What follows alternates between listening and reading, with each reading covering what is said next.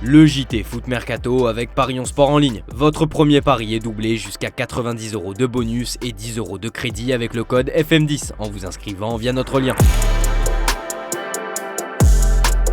Bonjour à toutes et à tous et bienvenue dans ce nouveau JT Foot Mercato. Jean-Pierre Papin en avait gros sur la patate. Après 5 jours d'absence, il est revenu diriger les séances d'entraînement de l'équipe réserve de l'Olympique de Marseille hier matin. Alors que des rumeurs ont fait état de divergences entre JPP et la direction sportive olympienne concernant les temps de jeu et les postes de certains jeunes talents du club, le Ballon d'Or 1991 a décidé de prendre la parole dans les colonnes de la Provence. L'histoire prend des proportions que je ne peux pas accepter. Il faut que je donne ma version. La première chose, c'est que je m'entends très bien avec Roberto De Zerbi. Je tiens à préciser que je n'ai aucun souci avec la direction de l'OM. Parfois, en lisant la presse, j'ai l'impression que j'ai des soucis avec tout le monde. Mais je n'ai aucun problème avec Pablo Longoria. Le véritable problème de Papin, c'est Ali Zarak, un proche de Mehdi Benatia qu'il juge coupable d'interférer dans son travail et de cloisonner le groupe pro. La tension est telle entre les deux hommes que Papin a signalé le comportement de Zarak à l'OM et qu'une enquête en interne aurait été ouverte. Moi, j'ai un problème avec une certaine personne et je ne m'en cache pas. Je suis coach et je ne peux pas accepter que cette personne-là choisisse mes 5 remplaçants. C'est inacceptable.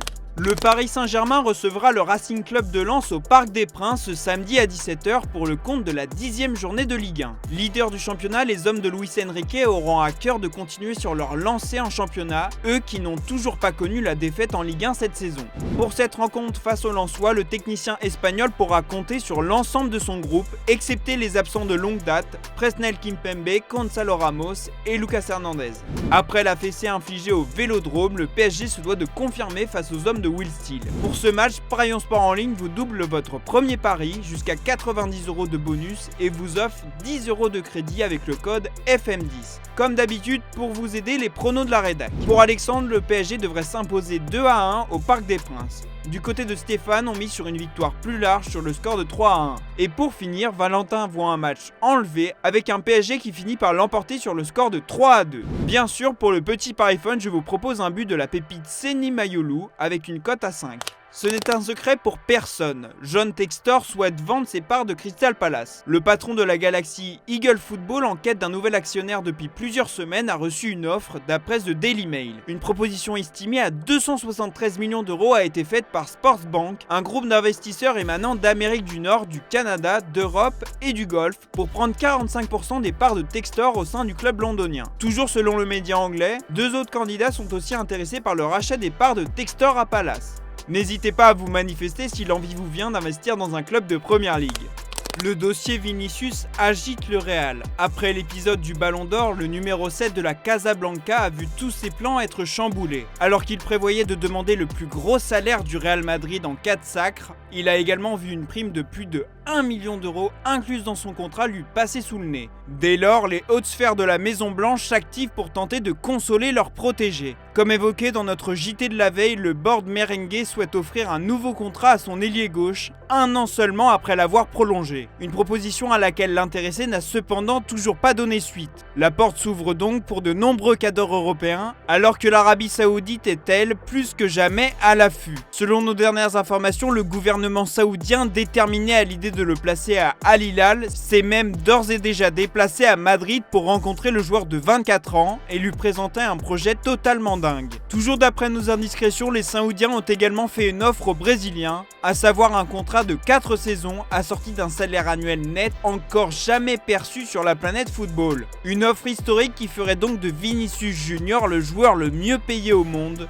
tout en ayant son mot à dire sur le recrutement. De son côté, le joueur a ouvert la porte à un départ de Madrid pour tenter l'aventure dans le Golfe. Cependant, et toujours selon nos informations, l'ailier gauche ne veut rallier l'Arabie Saoudite qu'à partir de 2026. Le temps de prendre sa revanche sur le Ballon d'Or ?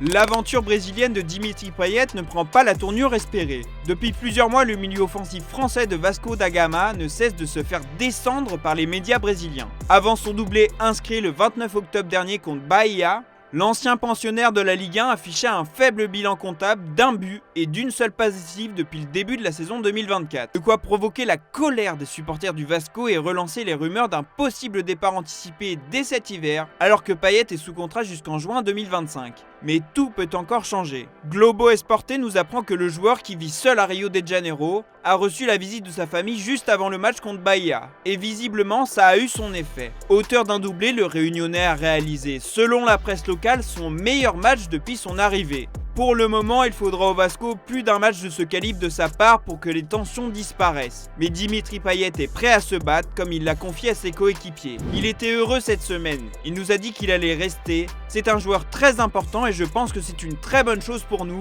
a déclaré son coéquipier uruguayen José Luis Rodriguez en zone mixte. À lui de confirmer dans les semaines qui viennent. Lionel Messi sera-t-il à la Coupe du Monde 2026 ? Dans une interview accordée à 433, l'international argentin a indiqué qu'il était encore en réflexion. Il souhaite que certaines conditions soient réunies pour participer à ce mondial qui se déroulera aux États-Unis, au Mexique et au Canada. Dans le football, tout peut arriver. J'essaie de vivre jour le jour et de ne pas trop me projeter. J'espère bien terminer cette saison et bien entamer la prochaine en faisant une bonne pré-saison, ce qui n'a pas été le cas l'année dernière à cause des nombreux déplacements. J'ai déjà pu réaliser mon plus grand rêve qui était de remporter la Coupe du Monde, a confié la Pulga qui pourrait disputer son 6e mondial consécutif. Sergio Ramos n'a toujours pas retrouvé le moindre club depuis la fin de son aventure du côté du FC Séville. En attendant de trouver un nouveau point de chute, l'ex-international espagnol entretient sa forme physique à Madrid. Mais sa recherche d'une nouvelle aventure pourrait prendre fin très bientôt. D'après Relevo, l'ancien joueur du Real Madrid et du Paris Saint-Germain est fortement courtisé par Boca Juniors. Juan Román Riquelme, président du club argentin, et Fernando Gago, entraîneur de Boca et ancien coéquipier de Ramos au Real, font des pieds et des mains pour que le défenseur de 38 ans accepte de rallier la Bombonera. Toujours selon Relevo, Boca Juniors propose un salaire de 5 millions d'euros à Ramos,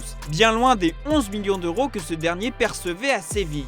De son côté, l'Espagnol est ouvert à une arrivée en Argentine, lui qui a déjà rejeté des propositions émanant de clubs des Émirats Arabes Unis et d'Arabie Saoudite. Nuno Tavares brille de mille feux en ce début de saison sous les couleurs de la Lazio. L'ancien Marseillais multiplie les performances XXL avec la formation romaine. Une nouvelle fois décisif lors de la victoire face à Côme, le joueur de 24 ans en a profité pour délivrer sa 8e offrande en 8 rencontres. Des performances qui ont poussé Claudio Lotito, le président de la Lazio, à s'enflammer. « Je ne vendrai pas Tavares, pas même pour 70 millions d'euros », a-t-il ainsi lancé face à la presse. Une manière de faire monter les enchères ? C'était attendu, c'est désormais officiel. Ruben Amorim sera bel et bien le successeur d'Erik ten Hag à Manchester United. Comme nous vous l'avions annoncé précédemment, la direction mancunienne vient ainsi de payer une clause libératoire de 10 millions d'euros. Le Portugais de 39 ans s'engage ainsi avec les Red Devils jusqu'en juin 2027, avec une option d'une année supplémentaire. Il occupera le banc mancunien à partir du 11 novembre, comme l'a expliqué le club anglais dans un communiqué paru aujourd'hui. On se quitte avec l'image du jour. José Mourinho ne finira jamais de faire parler. Dorénavant entraîneur de Fenerbahçe en Turquie, le Special One s'est fait tacler par Ismail Yüksek, son propre joueur lors d'un entraînement collectif. Un incident sans gravité particulière, l'ancien entraîneur du Real Madrid a préféré en rire via un post sur son compte Instagram. Leçon pour les jeunes entraîneurs, ne jamais porter la même couleur que les joueurs. Ils peuvent vous passer la balle ou vous donner un coup de pied par derrière. Un incident qui a également fait rire Nemanja Matic que Mourinho a coaché à Manchester United. Bien fait, a écrit le Lyonnais en commentaire. Tout est bien qui finit bien. Je vous laisse là-dessus, merci d'avoir suivi ce JT et on se dit à demain sur Foot Mercato.